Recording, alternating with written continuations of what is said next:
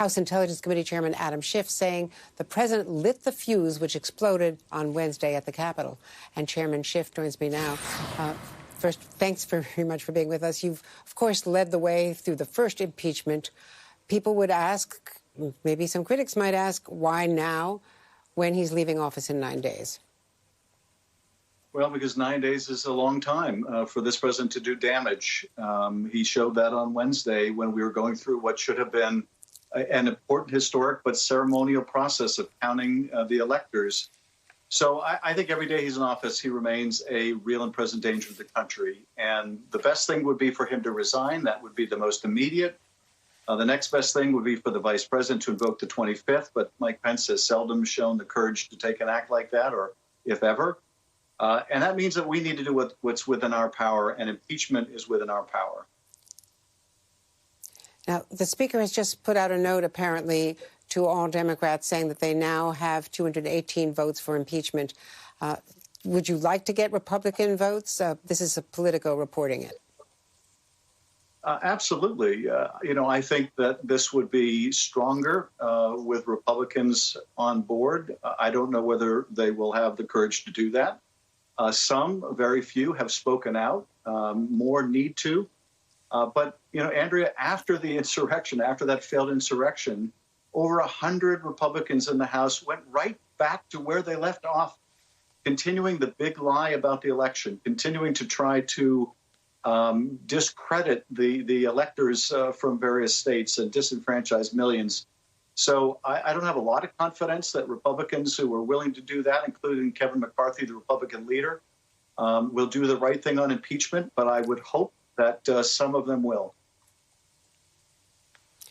Is there any legal action or procedural action that can be taken against those House members or, from your knowledge, in the Senate against Senators Hawley and Cruz and others who went right back in and didn't change course after the riot?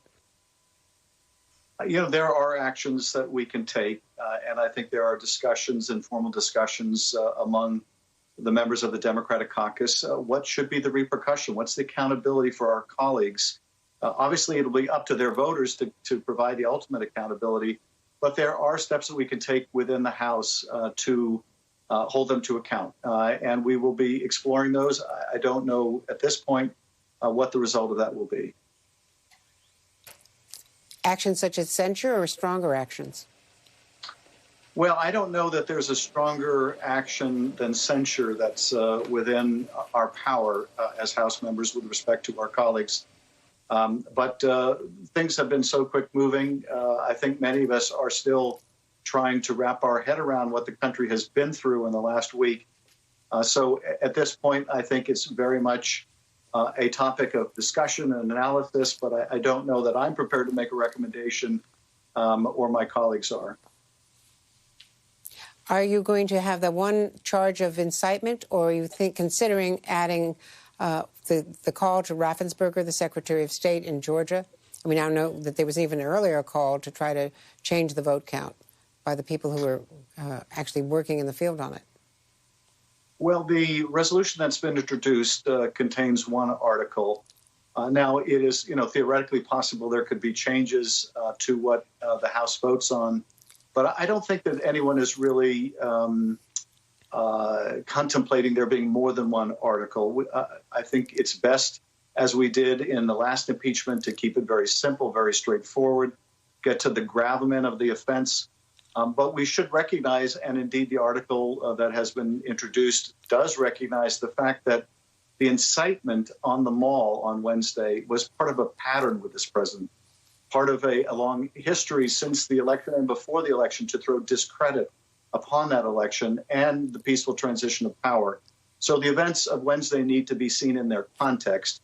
But I think all of that can be subsumed and should be subsumed within a single article. We have new reporting that the NYPD and others had intelligence and shared it with Capitol Police, if not others in Washington, in advance. Wasn't this also a colossal intelligence failure? It certainly appears to be a major intelligence failure as well as law enforcement failure. We'll be looking at our committee and doing our oversight. What did the intelligence say? Was that intelligence shared with Capitol Police, with law enforcement, with D.C. Police? Was there a problem in gathering intelligence? That is, so much of it was in plain view. Did we fail to assimilate what was out there? We're going to be asking those questions in our committee. I know other committees are going to be looking at why the Capitol was so ill-defended and ill-prepared. And it's going to be obviously very important for us to get answers. There's also a new Quinnipiac national poll saying that 74% of those questioned believe that our democracy is in danger, and 52%, a majority, believe the president should be removed from office. I know that may not have an impact on the people who could actually do that, which is the vice president and the cabinet. But how concerned are you about the inaugural and about the ability of all of these agencies to work together, including the military? Look, I'm confident that the inauguration will take place and that the vice president, soon to be president, will be protected, as well as the members of Congress and those cabinet officials who will be participating. I am worried about the near-term future of the country. Robert Caro said that power doesn't corrupt as much as it exposes, and what this president's power has exposed is a deep underbelly in the country, a dangerous current of white nationalism that can be mobilized by people of low ethics and without morality, like Donald Trump. And it has been. And it's been unleashed, and it has been whipped up and aggravated on social media. That problem's not going to go away overnight. It's not going to go away on Inauguration Day. It's not going to go away even completely when the president is impeached. We're going to be dealing with that for years to come. And I think we have to acknowledge that. We're going to have to face this head on. But I am confident we will overcome this. We have a proud history. We have a, I think, proud future to look forward to. But we do have some difficult days ahead.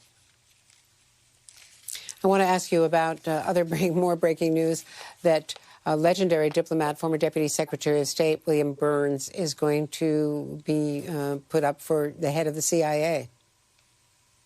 I am really excited about that choice. I know him, I think, reasonably well. I have great respect for him.